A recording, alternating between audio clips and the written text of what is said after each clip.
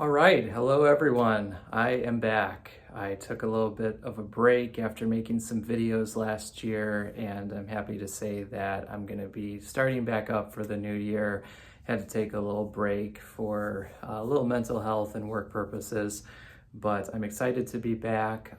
For those who have never watched my videos before, my name is Seth Bellinger. I lost my mom to cancer when I was 12, and I started this channel to help others who have lost parents or people close to them and help them through grief. I'm not here so much to lecture, but more so to have a discussion with people, learn from people, have people share their stories. I'll have a link to one of my interviews that I did down below.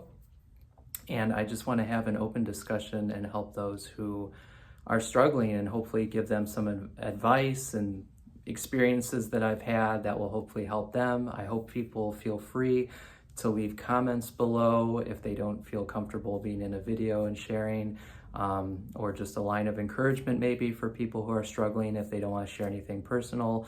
Whatever it may be, I just want this to be kind of a happy and encouraging place for people.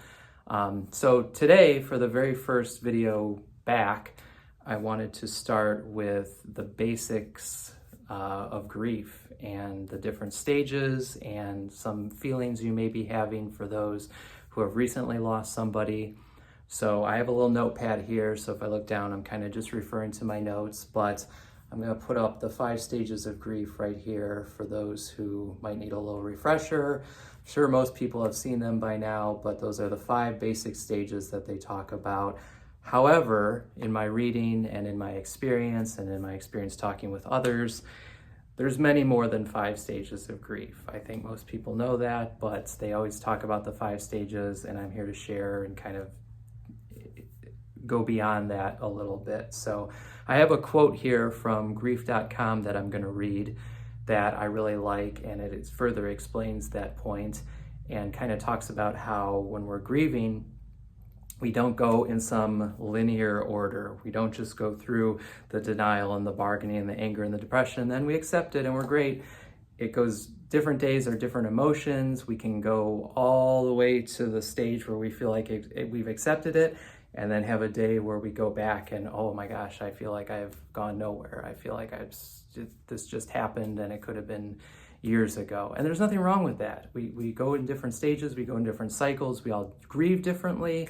And that's okay. We shouldn't be told that we have to have a certain timeline or a certain amount of steps before we're healed. We don't fully ever heal from something, some tragedy we've gone through, and that's okay. It helps shape our life. It helps us develop as people. Hopefully it helps us to help other people, and it turns into a really incredible gift if you allow it to.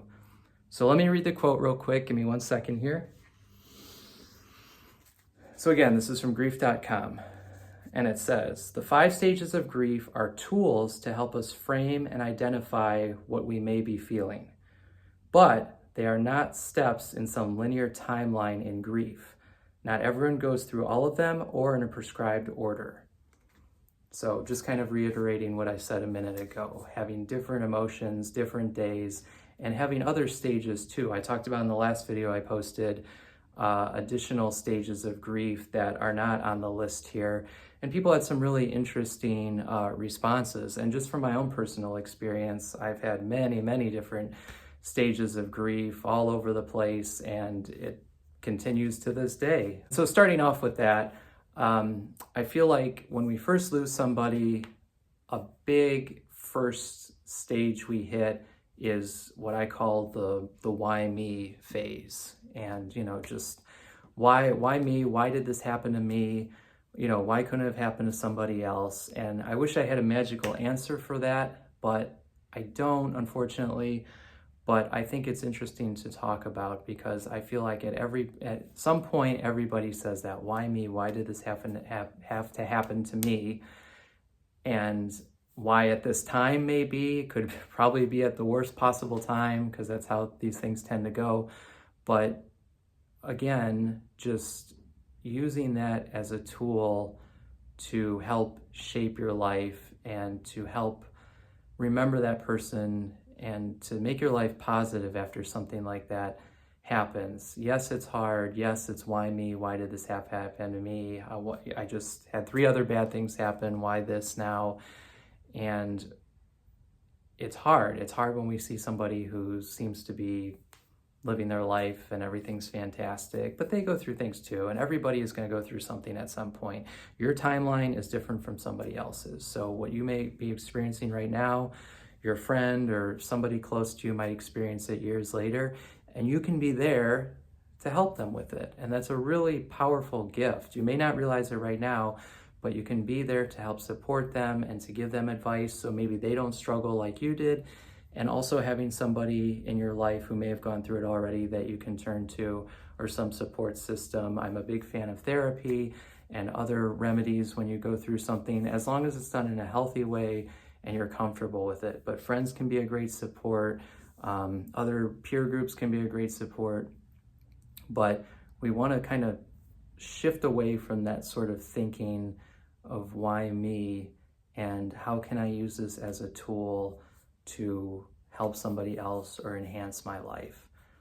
And so I'm keeping the video kind of short today. This is more of an introduction, but these are some of the topics I'm going to further develop in future videos. And again, I'd like to hear some comments and thoughts below from some people who may be watching this, but we're all kind of in this. I know even some of the comments I've read already have been very personal, and I'm so grateful that people have opened up about their experiences, but people have really been through a lot of things. And in addition to this, I'm an athletic coach, and I have been studying this and doing this for a long time. I do filmmaking and music as an outlet for some of the things that I've experienced. So